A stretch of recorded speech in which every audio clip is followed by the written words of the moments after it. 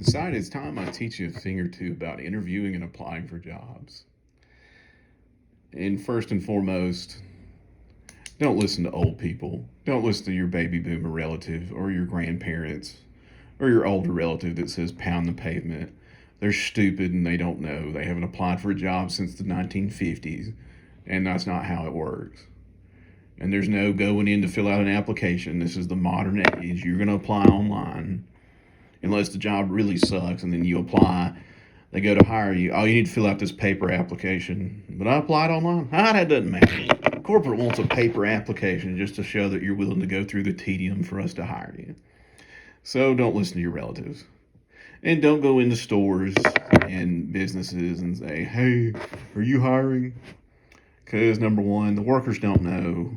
They're busy working and being underpaid like you dream of being.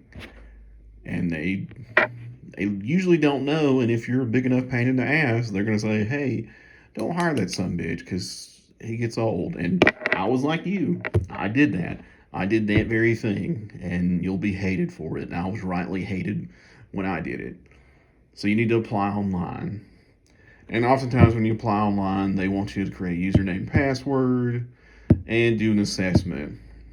When you do the assessment, remember, they don't want your honest opinion.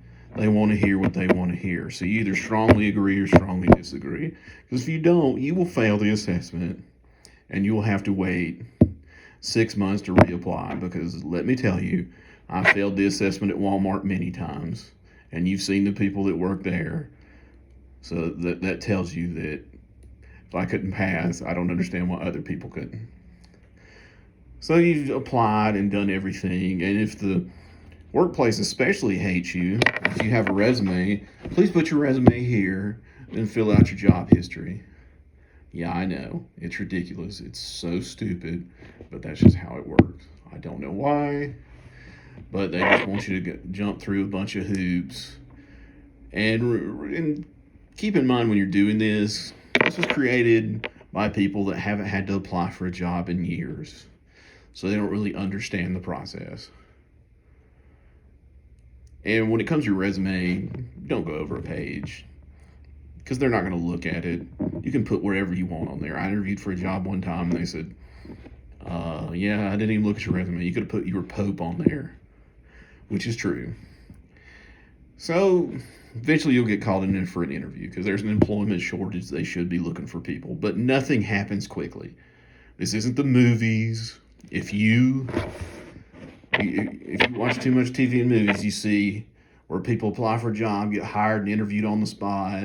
Oh, I like your face, you're hired. That is not how it works. It is a process. It is a slow process, and often long and arduous process, especially if you've been looking for work and you're in a hurry because you're broke, but that's just how it is. And here's the different interviews. There's just a simple interview where you go in and see the store manager, and then he's like, oh, what's up? Just making sure you're not weird. Usually at your entry-level retail jobs, that's all they need, although some of them unnecessarily complicated. They want you to interview with the store manager, then another manager, and then interview with the district manager before they make their decision. And it just gets annoying and exhausting. But that's the easiest of the interview process. Then there's the group interview.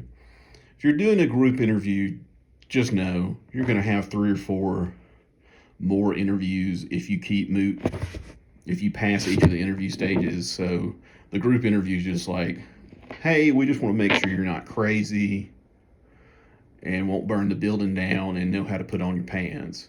You've done that, you go into the second interview process.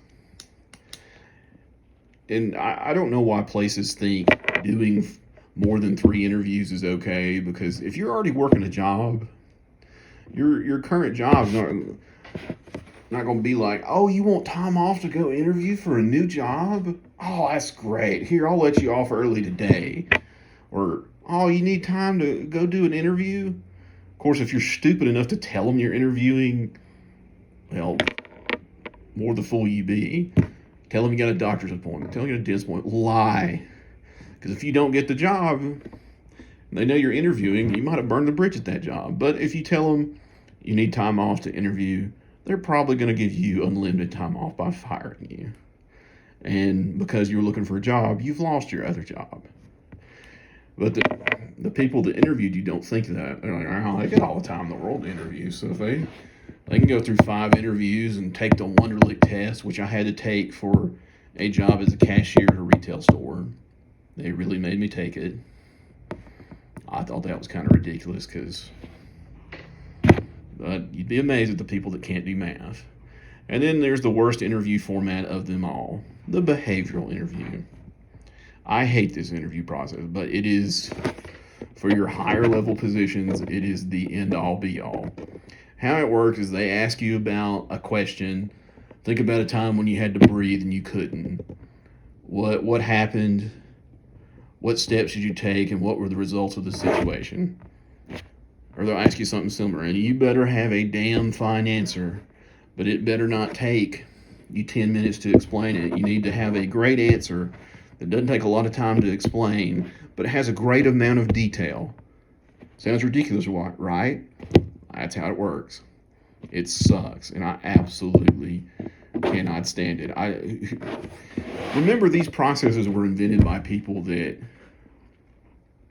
haven't interviewed for a job in years, so they don't really understand. They're like, well, this is how it was when I interviewed, so this is how it shall be. Like the old thing where you interview with a manager and you put on a good pair of pants and a nice collared shirt. Yeah, that doesn't work anymore. But get ready to waste a lot of your time, because that's what the interview process is. And then they have phone interviews. You'll do a lot of places, like a lot of jobs I interview for now, they'll do a phone interview. And then you might do another phone interview with someone else. And then you'll do an in-person interview with the manager hiring you. And then just to make sure you're okay, you'll interview with another manager. And I don't understand this either, because you're interviewing for a position with one manager and they're getting the opinion of a manager that has nothing to do with you, whether they like you or not. So everyone's different. So it's an arduous process, and all I'm saying is you better get used to it, because the days of my dad worked one job for 30 plus years. That doesn't happen anymore. Like, none of my friends have stayed at a place for more than 5 years. They're moving on to other places. So bear that in mind when you're out looking and interviewing. I hate it. I've done more interviews than probably any 10 people you know. I've interviewed so many times it's not even funny. I just